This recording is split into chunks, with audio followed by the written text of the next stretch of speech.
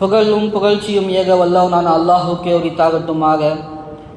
சாந்தியும் சமாதானமும் கண்மணி நாயகம் ஸல்லல்லாஹு அலைஹி வஸல்லம் அவர்களின் மீதும், அன்னாரை வழுவாது தழுவாது பின்பற்றிய சத்திய சஹாபாக்கள், தாபியீன்கள், குறிப்பாக இங்கு கூடியிருக்கும் நம் அனைவர்கள் மீதும் என்றென்றும் நின்று நிலவட்டுமாக. ஆமீன். கண்ணியமிக்க அல்லாஹ்வின் நல்லடியார்களே, அல்லாஹுடைய ஒரு மாபெரும் கிருபை, அல்லாஹுவால் கடமையாக்கப்பட்ட இந்த ஜும்ஆவுடைய தொழுகையை நிறைவேற்றுவதற்காக நாம் ஒன்று சேர்த்திருக்கிறோம். வழக்கமாக உலமாக்கள் இந்த ரபியுல் ஆஹிர் என்பதாக சொல்லக்கூடிய இந்த மாதங்களில் அதிகமாக இறைநேசர்களை பற்றி பேசுவது வழக்கமாக இருந்து கொண்டிருக்கிறது. காரணம், அந்த இறைநேசர்களுடைய தன்மைகள், அவர்கள் இடத்துல இருக்கக்கூடிய அமல்கள், நல்ல நல்ல குணங்கள், இதுவெல்லாம் அல்லாஹ் நம்மிடத்திலும் வருவதற்கான ஒரு வாய்ப்பாக இந்த நிகழ்வினை ஆக்கியிருக்கிறான். எனவேதான் எப்படி ரபியுல் அவ்வல் மாதத்திலே அதிகமாக நபி ஸல்லல்லாஹு அலைஹி வஸல்லம் அவர்களை பற்றி பேசப்படுகிறது, அவர்களுடைய புகழ் மாலைகள் பாடப்படுகிறதோ, அதே போன்றுதான் ரபியுல் ஆஹிர் மாதத்திலே இறை நேசர்கள் சம்பந்தமாக உலமாக்கள் உரையாற்றுவது வழக்கமாக இருந்து கொண்டிருக்கிறது. கண்ணியமிக்க அல்லாஹ்வின் நல்லடியார்களே, அல்லாஹுடைய நேசர்கள், அவர்களை பற்றி பேசுவதும் மிகப்பெரிய ஒரு அமலாக இருந்து கொண்டிருக்கிறது. அல்லாஹ் தஆலா தனது திருமறையிலே கூறி காட்டுவான், அலா இன்ன அவுலியா அல்லாஹி லா ஹவுஃபுன் அலைஹிம் வலா ஹும் யஹ்ஸனூன். அல்லாஹுடைய இறை நேசர்கள் இருக்கிறார்களே, லா ஹவுஃபுன் அலைஹிம், அவர்களுக்கு எந்த ஒரு அச்சமும் இல்லை, வலா ஹும் யஹ்ஸனூன், அவர்கள் எதை பற்றியும் கவலைகள் அற்றவர்களாக இருந்து கொண்டிருப்பார்கள். அவர்கள் குடிசையில் வாழ்ந்தாலும் சரி, மாளிகைகளில் வாழ்ந்தாலும் சரி, எந்த பதவிகளில் இருந்தாலும் சரி, எவ்வளவு பெரிய அந்தஸ்துகளில் இருந்தாலும் சரி, அவர்களிடத்திலே அல்லாஹுடைய நேசம் என்பது மிகைத்து கொண்டிருக்கும். நாம் எல்லாம் அறிந்திருப்போம், இந்தியாவை ஆண்ட மன்னர்கள் பல நபர்கள் இருந்தாலும் கூட ஷாஜஹான் என்பதாக ஒரு மன்னர் இருந்தார். அவருக்கென்று பல மகள்கள், பிள்ளைகள் இருந்தாலும் அவருடைய மூத்த மகள் ஜஹரானா என்பதாக சொல்லக்கூடிய ஒரு மிகப்பெரிய மூத்த மகள் அவர்கள் கட்டிடக்கலையிலும் மிக தேர்ச்சி பெற்ற நபராக இருந்தார்கள், மிகப்பெரிய கவிஞராக இருந்தார்கள், பெரிய பெரிய ஆளுமையாக இருந்த போதிலும் கூட அவர்கள் அல்லாஹுடைய இபாதத்தில் எந்த ஒரு குறையும் வைத்ததில்லை. அவர்கள் திருமணம் செய்து கொள்ளாமல் முழுக்க முழுக்க தங்களை அல்லாஹை வணங்கக்கூடிய விஷயத்திற்கென்று தங்களை துண்டித்தவர்களாக அதற்காகவே அவர்கள் ஆகிவிட்டார்கள். இன்றும் கூட நாம் ஆக்ரா சென்று அந்த கோட்டையை பார்த்தோம் என்று சொன்னால், அவர்களுக்கென்று ஒதுக்கப்பட்ட அந்த மாளிகையில் இருக்கக்கூடிய அறையை பார்த்து, அதில் இருக்கக்கூடிய கட்டிடக்கலையை பார்த்து நாம் எல்லாம் வியந்து போவோம். என்றாலும் கூட அவர்கள் இந்த மாளிகையில் வாழ்ந்த போதிலும் கூட அல்லாஹுடைய நேசம், அல்லாஹை வணங்கக்கூடிய விஷயத்திலே, அல்லாஹை பற்றி நினைவு கூறக்கூடிய விஷயத்திலே எந்த ஒரு குறையும் வைக்காத நபர்களாக அவர் வாழ்ந்து கொண்டிருந்தார்கள். அதே போன்று அவுரங்கசீப் ரஹிமஹுல்லா அவர்கள் கிட்டத்தட்ட 40 லட்சம் ஸ்கொயர் ஃபீட் இருக்கக்கூடிய நிலங்களை இந்தியாவில் ஆட்சி செய்த பெரிய மன்னர், 19 கோடி மக்களை ஆட்சி செய்த மிகப்பெரிய அரசர். அவ்வளோ பெரிய அரசராக இருந்த போதிலும் கூட, மாளிகைகளில் வாழ்ந்த போதிலும் கூட, இறை நேசத்தில், இறைவனை வணங்கக்கூடிய விஷயத்திலே எந்த ஒரு குறையும் வைக்காத நபர்களாக இருந்தார்கள். அவர்களுடைய ஆட்சி அதிகாரம், மாளிகைகள் அல்லாஹின் நினைவை விட்டு அவர்களை திரும்பக்கூடியதாக ஒரு நாளும் அது இருந்ததில்லை. கண்ணியமிக்கவர்களே, அவுரங்கசீப் ரஹ்மஹுல்லா அவர்கள் மிகப்பெரிய அரசர்களாக வாழ்ந்திருந்தாலும் கூட தனது மரண தருவாயில் ஒரு உயிர் எழுதி வைத்திருந்தார்கள். அதை தனது அடியாள்களிடத்திலே, அவர்களுடைய வேலையாளர்களிடத்திலே கொடுத்து வைத்திருந்தார்கள். அதிலே எழுதப்பட்டிருந்தது, நான் எனது கரத்தால் தொப்பிகளை தைத்து அதை விற்று வந்தேன், அதில் கிடைத்த லாபமாக 4 ரூபாய் 2 ஆனாக்கள், 4 ரூபாய் 2 ஆனாக்கள். நான் அரசனாக இருந்த அவர்கள், நான் எனது கையால் தொப்பியை தைத்து விற்ற காசு 4 ஆனாக்கள், 4 ரூபாய் 2 ஆனாக்கள் இந்த நபரிடத்திலே இருக்கிறது. அந்த காசில் தான் எனக்கு கஃன் அணிவிக்க வேண்டும். பெரிய அரசர், அந்த அரசாங்கத்துடைய காசுல அவங்க அடக்கம் பண்ணணும்னு ஆசைப்படல. நான் எனது கையால் தொப்பி தைத்து விற்ற அந்த காசுகள் அதில் நான் அடக்கப்பட வேண்டும். அதே போன்று நான் எனது கையால் குர்ஆனை எழுதி அதை விற்ற காசு ஒரு 350 ரூபாய் இருக்கிறது. அந்த 305 ரூபாயை நான் மரணமான பிறகு என்னை அடக்கம் செய்த பிறகு அந்த 305 ரூபாய்களை ஏழை எளியோர்களுக்கு அது சதக்காவாக கொடுக்கப்பட வேண்டும் என்பதாக கூறினார்கள். கண்ணியமிக்கவர்களே, இறை நேசர்கள் அவர்கள் குடிசையில் வாழ்ந்தாலும் சரி, பெரிய பெரிய மாளிகைகள் கோட்டைகளில் வாழ்ந்தாலும் சரி, அல்லாஹ்வை நினைவை விட்டு எந்த ஒரு காரியமும் அவர்களை தூரமாக்கியதாக இருந்ததே கிடையாது. மிகப்பெரிய இறைநேசர் ஒருவர்கள் ஹக்கீம் அத்-திர்மிதி ரஹிமஹுல்லா அவர்கள், அவருடைய மனைவியும் இறைநேச பெண்மணியாக வாழ்ந்து வந்தார்கள். அப்போ ஒரு முறை அந்த மனைவிக்கு ஒரு கனவு வருகிறது. அந்த மனைவியிடத்தில் சொல்லப்படுகிறது, உங்களது கணவரிடத்திலே சொல்லி வீட்டை சுத்தமாக வைத்துக் கொள்ள சொல்லுங்கள், வீடை சுத்தமாக வைத்துக் கொள்ள சொல்லுங்கள் என்பதாக இந்த கனவிலே அவர்களுக்கு கூறப்படுகிறது. மறுநாள் கணவனிடத்திலே அவர்கள் கூறுகிறார்கள், இப்படி நான் ஒரு கனவு பார்த்தேன், உங்களை வீட்டை சுத்தமாக வைத்துக் கொள்ளும் சொல்லும்படி எனக்கு ஒரு நபர் கூறினார், வீடை சுத்தமா உங்க கணவன் கிட்ட சொல்லி சுத்தம் பண்ண சொல்லுங்க அப்படின்னு சொன்னார். அப்போ ஹக்கீம் அத்-திர்மிதி ரஹிமஹுல்லா சொன்னார்கள், வீட்டை சுத்தமாக வைக்கும்படி எனக்கு சொல்லப்பட்டது என்பது, நான் சில நபர்களை பற்றி வீணான விஷயத்தை பேசிவிட்டேன், சில நபர்களை பற்றி தேவையில்லாம நான் பேசிட்டேன். அந்த தேவையில்லாத பேச்சுக்கள் சிந்தனைகள் எனது உள்ளத்திலே வரக்கூடாது, அல்லாஹுடைய சிந்தனைக்காக உனது உள்ளத்தை பரிசுத்தமாக வைத்துக்கொள் என்பதாக இஷாராவாக ஒரு அசையாக இது எனக்கு சொல்லப்பட்டிருக்கிறது என்பதாக அவர்கள் கூறி காட்டினார்கள். ஆக இறைநேசர்கள் அவருடைய உள்ளத்தில் முழுக்க முழுக்க முழுக்க அல்லாஹுடைய சிந்தனைகள் இருந்து கொண்டே இருக்கும். எந்த நிலை ஏற்பட்டாலும் சரி, லாபமோ நஷ்டமோ, எவ்வளவு பெரிய செல்வ செழிப்பான நிலைமை ஏற்பட்டாலும் சரி, எவ்வளவு பெரிய வறுமையான நிலை ஏற்பட்டாலும் சரி, அவர்களுடைய சிந்தனைகள் முழுக்க முழுக்க அல்லாஹின் பக்கமாக திரும்பியதாக இருந்து கொண்டு இருக்கும் என்பதாக உலமாக்கள் நமக்கு வழிகாட்டுகிறார்கள். கண்ணியமிக்கவர்களே, இப்படிப்பட்ட இறைநேசர்களுக்கு அல்லாஹு தாலா இந்த உலகத்திலும் சரி மறுமையிலும் சரி பல்வேறு சுப செய்திகளை வைத்திருக்கிறார். அல்லாஹு தாலா கூறுவதாக நபி ஸல்லல்லாஹு அலைஹி வஸல்லம் அவர்கள் கூறுவார்கள், அல்லாஹ் இப்படி கூறுகிறான், யார் எனது நேசரை எனது வலியை நோவினை செய்வாரோ, அது பேச்சுக்கள் மூலமாக இருக்கலாம், செயல்கள் மூலமாக இருக்கலாம், யார் எனது நேசரை நோவினை செய்து விடுகிறார்களோ அவரிடத்திலே நான் போர் பிரகடனம் செய்கிறேன் என்பதாக அல்லாஹ் தஆலா கூறுவதாக நபி ஸல்லல்லாஹு அலைஹி வஸல்லம் கூறி காட்டினார்கள். கண்ணியமிக்கவர்களே, எத்தனையோ நபர்கள் இறை நேசர்கள் மரணித்ததற்கு பிறகும் கூட அவர்களை பற்றி அவதூறான வார்த்தைகள், அவர்களை பற்றி அவர்கள் பேசிய சில சொற்சையான விஷயங்கள், கொச்சையான விஷயங்கள், அதன் மூலமாக அந்த நபர்களை அல்லாஹ் தஆலா இந்த உலகத்திலே இழிவுபடுத்தியதை நாம் பார்த்து கொண்டிருக்கிறோம். இறை நேசர்களை நாம் வார்த்தையாலும் கூட அவர்கள் மரணத்திற்கு பிறகும் கூட தவறாக பேசுவதற்கு நமக்கு அனுமதி கிடையாது. கண்ணியமிக்கவர்களே, அப்படிப்பட்ட இறை நேசர்களுடைய சகவாசம் நமக்கு அவசியம். இறை தியானத்தில் இருக்கக்கூடிய நபர்களுடன் சேர்ந்து இருப்பது நமக்கு அவசியம். இமாம் ஷாஃபி ரஹிமஹுல்லா அவர்கள் கூறி காட்டுவார்கள், அவர்கள் மிகப்பெரிய இமாமாக இருந்தார்கள், மிகப்பெரிய இறை நேசராகவும் இருந்தார்கள். அப்படி இருந்த நிலைமையிலும் கூட அவர்கள் இப்படி கூறுவார்கள், உஹிப்பு ஸாலிஹீன வலஸ்து மின்ஹும், நான் இறை நேசர்களை நேசிக்கிறேன், ஆனால் நான் இறை நேசனாக இல்லை, நான் ஒரு சாதாரண நபர், நான் இறை நேசர்களை நேசித்துக் கொண்டிருக்கிறேன்.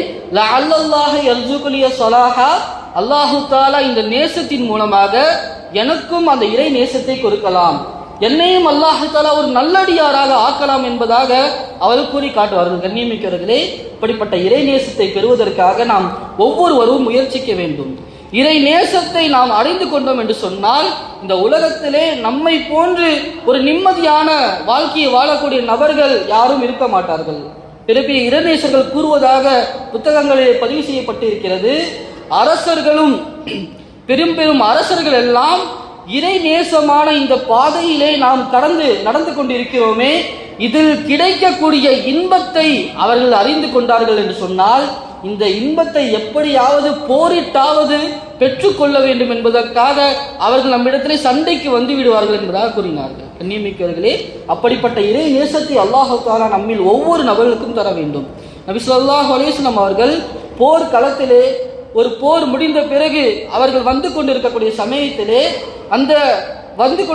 சமயத்திலே ஒரு பெண்மணி தனது பிள்ளையை தேடி இங்கும் அங்குமாக ஓடிக்கொண்டே இருக்கிறார்கள். தனது சிறிய பிள்ளையை காணவில்லை.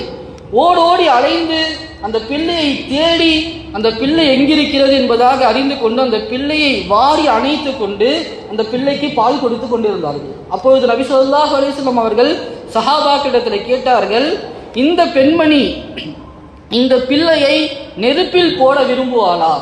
இப்போ சஹாபாக்கள் எல்லாம் ஆச்சரியமாக கேட்டார்கள், யா ரசூலல்லாஹ், எப்படி நெருப்பில் போடுவார்? ஒரு தாய் தனது பிள்ளையை எப்படி நெருப்பில் தூக்கி போட முடியும்? அது மட்டுமல்லாமல் அந்த நேரத்திலே அந்த பிள்ளையை தேடி அந்த தாய் அடைந்த அலைச்சல், அந்த பிள்ளையை பார்த்து அந்த தாய் அடைந்த மகிழ்ச்சி, அதை பார்த்து அந்த பெண்மணிக்கு ஏற்பட்ட கண்ணீர், இந்த பெண்மணி தனது பிள்ளையை எப்படி நெருப்பில் போட முடியும்? இப்போது நபி ஸல்லல்லாஹு அலைஹி வஸல்லம் அவர்கள், இது உங்களுக்கு ஆச்சரியமாக இருக்கிறது, ஆனால் அல்லாஹு தஆலா நிச்சயமாக தனது நேசரை நெருப்பில் போட மாட்டான். எப்படி இந்த பெண்மணி தனது பிள்ளையை நெருப்பில் போட மாட்டாளோ, அதைவிட அல்லாஹு தஆலா தனது நேசிக்கக்கூடிய தனது நேசரை, தனது ஹபீபை நெருப்பில் போடுவ மாட்டான் என்பதாக நபி ஸல்லல்லாஹு அலைஹி வஸல்லம் கூறுகிறார்கள். கண்ணியமிக்கவர்களே, இப்போ அப்படிப்பட்ட இறை நேசத்தை நாம் ஒவ்வொருவரும் அடைந்து கொள்ள வேண்டும். மற்றொரு முறை நபி ஸல்லல்லாஹு அலைஹி வஸல்லம் அவர்கள் கூறி காட்டினார்கள், அல்லாஹு தஆலா கூறுகிறான், எனது நேசரை யார் பகைத்துக் கொள்வாரோ, நோவினை செய்வாரோ, நான் அவருடன் போர் பிரகடனம் செய்கிறேன் என்பதாக சொல்லிவிட்டு அல்லாஹு தஆலா கூறினான், ஒரு அடியான் என்னை நெருங்க வேண்டும் என்று சொன்னால், எனக்கு நேசனாக வேண்டும் என்று சொன்னால், அதற்கான சிறந்த வழி நான் அவன் மீது எதை கடமையாக்கினேனோ அந்த ஃபரலான இபாதத்துகளை செய்வது. அந்த ஃபரலான இபாதத்துகள், அல்லாஹ் கடமையாக்கிய வணக்கங்களை விட வேறு எந்த ஒன்றை கொண்டும் அல்லாஹை நெருங்க முடியாது. 5 நேர தொழுகைகளை ஒரு நபர் தொழாமல் இறைநேசர் ஆகிவிடலாம் என்ற கனவை காண முடியாது. முதலாவது இறைநேசருக்கு உண்டான முதலாவது நிபந்தனை, ஃபரலான இபாதத்துகளை முழுமையாக நிறைவேற்றக்கூடிய நபராக அவர் இருக்க வேண்டும். பிறகு நபி ஸல்லல்லாஹு அலைஹி வஸல்லம் அவர்கள் அல்லாஹ் சொன்னதாக தொடர்ந்து சொன்னார்கள், நஃபிலான வணக்கங்களின் மூலமாக அடியான் என்னை நெருங்கிக் கொண்டே இருக்கிறான். எந்த அளவுக்கு என்னை நெருங்கி விடுகிறான் என்று சொன்னால், நான் அவன் பார்க்கக்கூடிய பார்வையாக மாறிவிடுகிறேன், நான் அவன் கேட்கக்கூடிய செவியாக மாறிவிடுகிறேன், நான் அவன் நடக்கக்கூடிய காலாக மாறிவிடுகிறேன். உலமாக்கள் இந்த ஹதீஸுடைய விளக்கத்திலே கூறுவார்கள், அல்லாஹ் பார்வையாக மாறிவிடுவது என்பது அப்படி என்றால் கருத்து என்ன? அந்த பார்வையின் மூலமாக தவறான பார்வையை அந்த மனிதர் பார்க்க மாட்டார். அந்த கால்களின் மூலமாக தவறான பாவத்திற்காக நடந்து செல்லக்கூடிய நபராக அவர் இருக்க மாட்டார். தனது கரத்தின் மூலமாக எந்த ஒரு பாவமான அல்லாஹுக்கு பிடிக்காத செயலை அவர் செய்ய மாட்டார். இப்போ இப்படிப்பட்ட பாக்கியம் நாம் பெற வேண்டும். அதற்கு நபி ஸல்லல்லாஹு அலைஹி வஸல்லம் அவர்கள் அல்லாஹ் கூறிய வழி நஃபிலான இபாதத்துகள், அதிகமாக நஃபிலான வணக்கங்களில் நாம் ஈடுபட வேண்டும். அது தொழுகையாக இருக்கலாம், நோன்பாக இருக்கலாம், சதக்காகளாக இருக்கலாம். ஃபரலான இபாதத்துகளை தாண்டி நஃபிலான இபாதத்துகளை நாம் அதிகமாக செய்ய வேண்டும். உம்மு ஹபீபா ரலியல்லாஹு அன்ஹா அவர்கள், நான் அடிக்கடி சொல்லக்கூடிய ஹதீஸ், அவர்கள் ஒரு ஹதீஸை அறிவிக்கிறார்கள். நபி ஸல்லல்லாஹு அலைஹி வஸல்லம் அவர்கள் கூற நான் கேட்டிருக்கிறேன். நபி அவர்கள் கூறியிருக்கிறார்கள், எந்த நபர் ஃபரலான தொழுகை இல்லாமல் ஒரு நாள் 12 ரக்காய் தொழுவாரோ, சுன்னத்திய முஅக்கதா என்பதாக உலமாக்கள் நமக்கு வழிகாட்டக்கூடிய அந்த 12 ரக்காய்க்கு எந்த நபர் வழமையாக தொழுது வருவாரோ அவருக்கு அல்லாஹ் தஆலா சொர்க்கத்திலே ஒரு மாளிகையை தருகிறான் என்பதாக நபியால் கூற நான் கேட்டேன் என்பதாக சொன்னது மட்டுமல்லாமல் அதுடன் சேர்த்து சொன்னார்கள், என்று நபி அவர்கள் இந்த வார்த்தையை கூறி நான் கேட்டேனோ அன்று முதல் இன்று வரை இந்த இபாதத்தை நான் விட்டதே இல்லை. இந்த 12 ரக்காயத்தை நான் என் வாழ்நாளிலே ஒரு நாள் கூட விட்டதில்லை என்பதாக கூறினார்கள். ஃபரலான தொழுகை அல்ல. ஃபரலில் நம்முடைய நிலைமை எப்படி இருக்கிறது? நாம் என்றாவது சொல்லிவிட முடியுமா? எந்த ஒரு நாளும் கூட கதா இல்லாமல் நான் 5 நேர தொழுகையை தொழுதிருக்கிறேன் என்பதாகவே நம்மால் சொல்லிவிட முடியாது.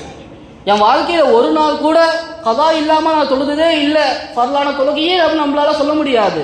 ஆனா நஃபீலான சுன்னத்தான தொழுகையை பற்றி அவர்கள் கூறினார்கள், என் வாழ்க்கையில் ஒரு நாள் கூட அந்த சுன்னத்துக்களை நான் விட்டதில்லை. கண்ணியமிக்கவர்களே, இப்படிப்பட்ட பேணுதல் சுன்னத்தான நஃபீலான அமல்களுக்கும் நம்மிடத்திலே வர வேண்டும். கண்ணியமிக்கவர்களே, அப்படி நஃபீலான இபாதத்துக்களை செய்ய அல்லாஹின் நேசத்தின் பக்கமாக நாம் சென்று கொண்டே இருப்போம். அல்லாஹ் தஆலா மீண்டும் சொல்வதாக இந்த ஹதீஸை தொடர்ந்து நபி அவர்கள் கூறினார்கள், இப்படி நான் மாறிவிடுவேன், அவனது கரமாக மாறிவிடுவேன் என்பதாக அல்லாஹ் தஆலா சொல்லிவிட்டு, அந்த அடியான் என்னிடத்தில் ஏதாவது ஒன்று கேட்டான் என்று சொன்னால் நான் உடனடியாக அதை கொடுத்து விடுவேன்.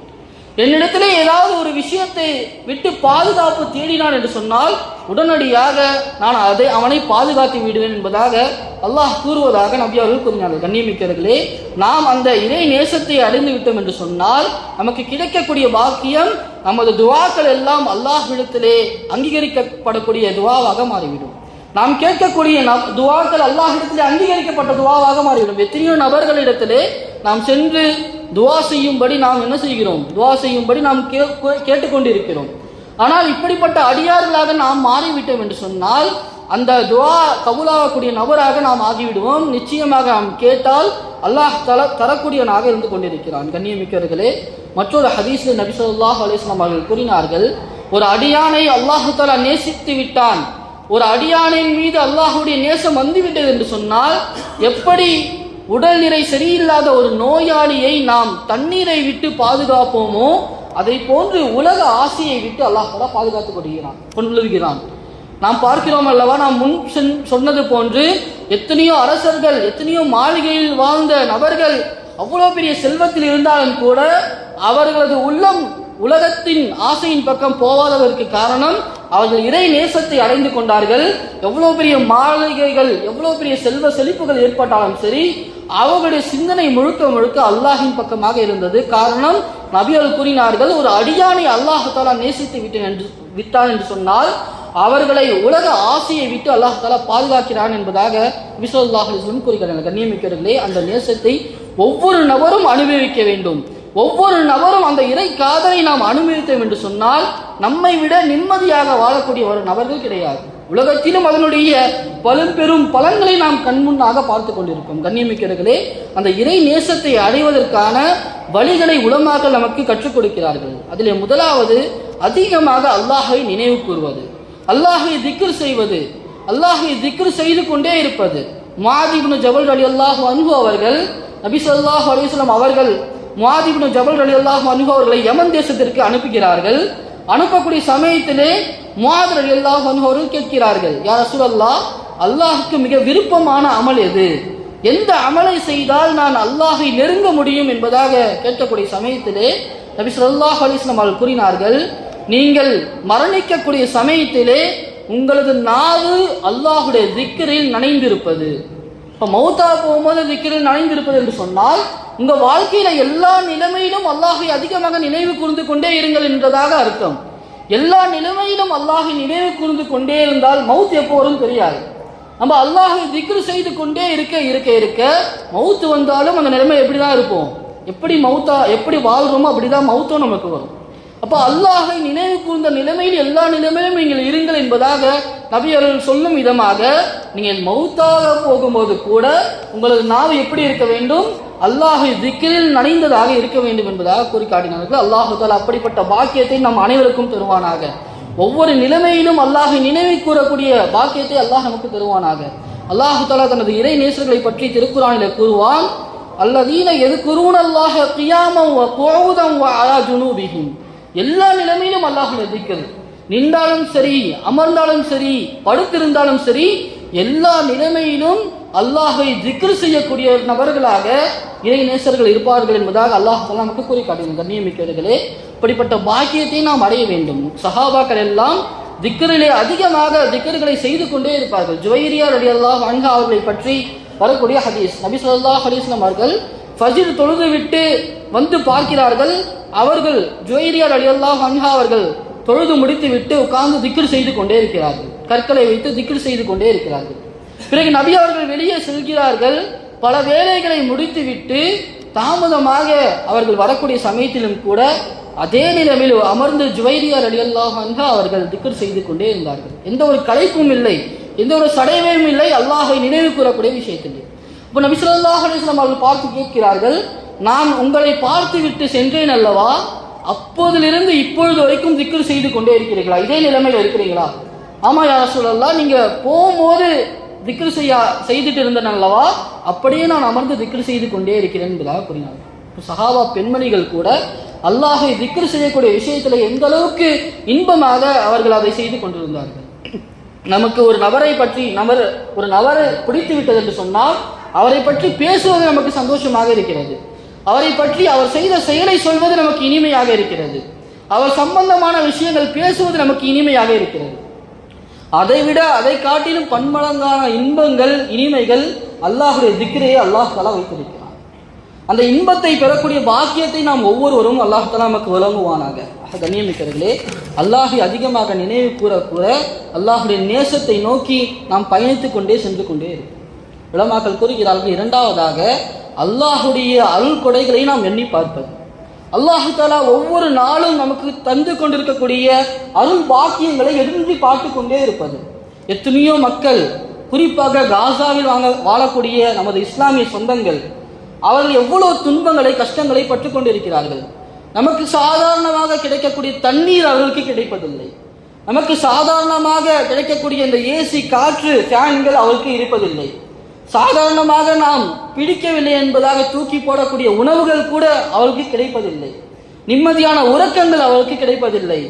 நிம்மதியான வீடுகள் அவருக்கு கிடைப்பதில்லை. என்றாலும் கூட அல்லாஹின் மீது உறுதியான நம்பிக்கைகளில் அவர்கள் இருந்து கொண்டிருக்கிறார்கள். அல்லாஹின் மீது வைத்திருக்கக்கூடிய தவக்குலில் பரிபூர்ணமானவர்களாக அவர்கள் இருந்து கொண்டிருக்கிறார்கள். ஒரு தமிழ்நாட்டை சார்ந்த ஒரு ஆலிம் பலஸ்தீன் பயணத்திற்கு, ஜியாரத்திற்கு சென்றிருக்கக்கூடிய சமயத்திலே அங்கே இருக்கக்கூடிய பிள்ளைகளிடத்திலே பல அன்பளிப்புகளை கொடுத்து விட்டு ஒரு சிறுவனிடத்திலே கேட்கிறார், நீங்க எங்க நாட்டுக்கு வந்துருங்க, இங்க இவ்வளோ கஷ்டமாக இருக்கிறது அல்லவா, இவ்வளோ கஷ்டப்படுறீங்க, சாப்பாடு கஷ்டம், எல்லாத்துக்கும் கஷ்டம். இந்தியாவுக்கு நீங்க வந்துட்டீங்கன்னு சொன்னா உங்களை நான் ஸ்கூல்ல சேர்த்து படிக்க வைக்கிறேன், நல்லபடியா நீங்க உங்களுக்கு உண்டான உணவுகள் எல்லாமே ஏற்பாடு செய்து தருகிறேன் என்பதாக ஒரு சிறிய சிறுவனிடத்திலே அவர்கள் சொல்கிறார்கள். அப்ப அந்த சிறுவன் கூறிய வார்த்தை, உங்க நாட்டுக்கு வந்தா எல்லாமே எனக்கு கிடைக்கும், இங்க என்னெல்லாம் எனக்கு கிடைக்கலையோ எல்லாமே உங்க நாட்டுல கிடைக்கும். உணவு கிடைக்கும், உடை கிடைக்கும், வீடு கிடைக்கும், படிப்பு கிடைக்கும், எல்லாமே கிடைக்கும். ஆனால் இந்த பூமியில் அல்லாஹ் தஆலா எங்களுக்கு வைத்திருக்கக்கூடிய ஷஹாதத் என்ற பாக்கியம் எங்களுக்கு கிடைக்காது என்பதாக அந்த சிறுவர் கூறி காட்டினார். நியமிக்கவர்களே, அப்படிப்பட்ட துன்பங்களை அனுபவிக்கக்கூடிய மக்கள் அல்லாஹின் மீது உறுதியான நம்பிக்கையை இருந்து கொண்டிருக்கிறார்கள். ஆனால் நாம் அனைத்து விதமான அருள் பாக்கியங்களை அனுபவித்துக் கொண்டிருக்கிறோம். அனைத்து விதமான உணவுகளை, அனைத்து விதமான உடைகளை, இன்பங்களை அனுபவித்துக் கொண்டு அல்லாஹுக்கு எவ்வளவு மாறு செய்து கொண்டிருக்கிறோம் என்பதாக சிந்தித்து பார்க்க வேண்டும். இப்னு தைமியா ரஹிமஹுல்லாஹ் கூறி காட்டுவார்கள், இறை நேசருக்கு இரண்டு தன்மைகள் அவசியமாக இருக்கும். ஒன்று, அல்லாஹுடைய பாக்கியங்களை எண்ணி எண்ணி அவர் பார்த்து கொண்டே இருப்பார். இரண்டாவது, தன் மேல் இருக்கக்கூடிய குறைகளை எண்ணி வருத்தப்பட்டு கொண்டே இருப்பார். அல்லாஹுடைய அருள் பாக்கியங்கள் எனக்கு கிடைத்துக் கொண்டே இருக்கிறது, அந்த அல்லாஹிற்கு நான் என்ன செய்து கொண்டிருக்கிறேன், அல்லாஹுக்கு நான் எவ்வளவு மாறு செய்கிறேன், எனது இபாதத்துடைய நிலைமை என்ன? ஃபுதைல் இப்னு இயாத் ரஹிமஹுல்லாஹ் மிகப்பெரிய இறைநேசர். அவர்களுடைய கடந்த கால வாழ்க்கையிலே அவர்கள் ஒரு திருடராக இருந்தார்கள். நம்ம எல்லாம் அறிந்த சம்பவம் தான். செவ்வரேறி குதிக்க போவாங்க, ஒரு இறை வசனத்தை, குர்ஆன் ஆயத்தை கேட்ட உடனே தௌபா செய்து என்ன செய்வார்கள், திருந்தி விடுவார்கள். திருந்தி தனது எல்லா வாழ்க்கையும், எல்லா விஷயத்தையும் மாற்றிக்கொண்டு அல்லாஹிற்காக வாழ ஆரம்பித்து விடுவார்கள். மிகப்பெரிய இமாமாக திகழ்ந்தார்கள். ஹதீஸுடைய துறையிலும் அவர்களுடைய பேர் இல்லாமல் இருக்காது, ஃபிக்ஹுடைய துறையிலும் அவர்கள் பேர் இல்லாமல் இருக்காது. மிகப்பெரிய சபையில் அமர்ந்து அவர்கள் ஹதீஸுடைய பாடத்தை நடத்தி கொண்டே இருந்தார்கள். பல ஆயிரக்கணக்கான மாணவர்கள் அந்த சபையிலே. அந்த சபை கலைந்து முடித்த பிறகு அவர்கள் அழ ஆரம்பித்து விடுகிறார்கள்.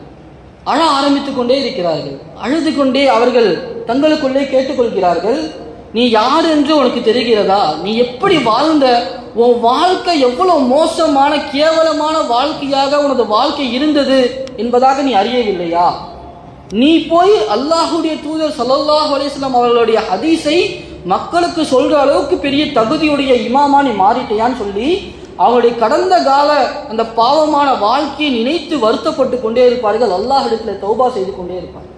இப்போ அல்லாஹுடைய உபகாரங்கள், ஒவ்வொரு நாளும் எத்தனை உபகாரங்களை நாம் சாதாரணமாக இதுவெல்லாம் அல்லாஹுடைய நியமத் என்று விளங்காமல் நாம் அனுபவித்துக் கொண்டே இருக்கிறோம். அதே போன்று நாம் செய்யக்கூடிய எத்தனையோ பாவங்கள், இதுவெல்லாம் பாவம், இதற்கு தௌபா செய்ய வேண்டும் என்பதாக உணர்ச்சி கூட இல்லாமல் சர்வசாதாரணமாக கடந்து சென்று கொண்டே இருக்கிறோம். கண்ணியமிக்கவர்களே, நம் இடத்திலே அல்லாஹுடைய நியமத்தை எண்ணி பார்த்து அதற்கு அல்லாஹுக்கு நன்றி செலுத்தக்கூடிய பழக்கமும் அந்த தன்மையும் நமது வாழ்க்கையில் நடந்த ஒவ்வொரு பாவத்தை எண்ணி எண்ணி தௌபா செய்யக்கூடிய அந்த பக்குவமும் நம்ம இடத்தில் ஏற்பட வேண்டும். இறை நேசர்களின் அடையாளங்களாக உலமாக்கள் இதை நமக்கு கூறி காட்டுகிறார்கள். கண்ணியமிக்கவர்களே, அது மட்டுமல்லாமல் இறை நேசர்கள் எல்லா நிலைமைகளிலும் அல்லாஹின் மீது சார்ந்திருப்பார்கள். அது கஷ்டமோ நஷ்டமோ, செழிப்போ கஷ்டமோ, பசியோ பட்டினியோ, எல்லா நிலைமையிலும் அல்லாஹின் மீது சார்ந்தே இருப்பார்கள். அது எவ்வளவு பெரிய கஷ்டமாக இருந்தாலும் சரி, அல்லாஹின் உதவி வரும் வரை அவர்கள் சபூராக இருந்து கொண்டிருப்பார்கள். நபி இப்ராஹிம் அலைஹிஸ்ஸலாம் அவர்கள் நெருப்பின் மீது தூக்கி எறியப்பட போகிறார்கள். நெருப்பில் விழுந்தால் அவர்கள் கருகிடுவார்கள் என்று எல்லாருக்குமே தெரியும். நெருப்புல ஒரு மனுஷன் பெரிய நெருப்பு குண்டை மூட்டி அதுல போடப்பட்டா என்ன ஆகும்? கருகி போயிடுவான்றது நமக்கு யதார்த்தமான உண்மை. அந்த நிலையிலும் கூட அல்லாஹின் மீது முழுமையாக நம்பிக்கை வைத்தவர்களாக இருந்தார்கள். ஹஸ்புன் அல்லாஹு வ நிஅமல் வக்கீல், அல்லாஹ்வே எனக்கு போதுமானவன். வ நிஅமல் வக்கீல், பொறுப்பாளர்களில் அல்லாஹை விட சிறந்த பொறுப்பாளன் இல்லை. சிறந்த பொறுப்பாளன் அல்லாஹ் தஆலா. நான் நெருப்பில் விழப்போகிறேன், பயம் இல்லை. இந்த வார்த்தையை இப்ராஹிம் அலைஹிஸ்ஸலாம் அவங்க எப்போ சொல்றாங்க? நெருப்பில் தூக்கி எறியப்படுகிறார்கள், நெருப்பிடத்தில் செல்கிறார்கள். அந்த நேரத்திலே அல்லாஹுடைய உதவி எனக்கு கிடைக்கும், அல்லாஹின் மீது நம்பிக்கை, உறுதியான நம்பிக்கை அவளிடத்தில் இருந்தது. நபி ஸல்லல்லாஹு அலைஹி வஸல்லம் அவர்களும் கூட முழு யூதர்கள், குறைஷிகள், எல்லா மக்களும் சேர்ந்து உங்களை அழிப்பதற்காக வருகிறார்கள். மதீனா நகரம், அதை நான்காப்புறமும் எதிரிகள் சூழ்ந்து கொள்கிறார்கள். எந்த பக்கம் நீங்க போனாலும் உங்களுக்கு அடிதான். ஊருக்குள்ள வச்சு ரவுண்ட் அப் பண்ணி தாக்குவதற்காக முழு சமுதாயம் திரண்டு வருகிறது என்று சொல்லப்பட்ட போதும் கூட நபி ஸல்லல்லாஹு அலைஹி வஸல்லம் அவர்கள் சொன்ன வார்த்தையாக, நபி தோழர்கள் சொன்ன வார்த்தையாக அல்லாஹ் அந்த வார்த்தையை பயன்படுத்துகிறார். ஹஸ்புன் அல்லாஹு வ நிஅமல் வக்கீல், அல்லாஹ் எங்களுக்கு போதுமானவன். அது கஷ்டமோ நஷ்டமோ, எவ்வளோ பெரிய நிலைமை பாதகமாக இருந்தாலும் சரி, அல்லாஹின் மீது இருக்கக்கூடிய அந்த நம்பிக்கையில் கொஞ்சம் கூட குறை வைக்காத மக்களாக அவர்கள் இருந்து கொண்டிருந்தார்கள். இந்த நிலைமை நம்மிடத்திலே வர வேண்டும். எல்லா நிலைமையிலும் அல்லாஹை சார்ந்து வாழக்கூடிய நபர்களாக நாம் மாற வேண்டும். காசாவுடைய மக்கள் இந்த நிலைப்பாட்டில் அவர்கள் பல்லாண்டுகளாக இருந்து கொண்டிருக்கிறார்கள். கிட்டத்தட்ட 22 மாதங்கள், 2 வருடங்களாக தொடர் தாக்குதல்கள், பிள்ளைகள், சிறுவர்கள், வயதானவர்கள், பெண்கள் என்று பாராமல் எவ்வளோ கஷ்டங்கள், துன்பங்கள், தாக்குதல்கள், உயிர் இழப்புகள் நம் கண்முன்னாக நாம் பார்த்து கொண்டிருக்கிறோம். இன்னைக்கு போன்ல எல்லாமே நமக்கு வருது. எங்கேயோ நடக்குது, பாராமுகமாக நம்ம இருக்க முடியாது. எல்லா காட்சிகளும் நமக்கு முன்னால் காட்சிப்படுத்தப்படுது. எல்லாவற்றையும் நாங்கள் பார்த்து கொண்டிருக்கிறோம். இருந்தாலும் கூட அந்த நாட்டை விட்டு அவர்கள் செல்வதில்லை. அல்லாஹுடைய இறை உதவி நிச்சயமாக நமக்கு கிடைக்கும் என்பதாக உறுதியாக இருந்து கொண்டு அவர்கள் போராடி கொண்டிருக்கிறார்கள். கண்ணியமிக்கவர்களே, அந்த உறுதிப்பாடு நம் இடத்திலே வர வேண்டும்.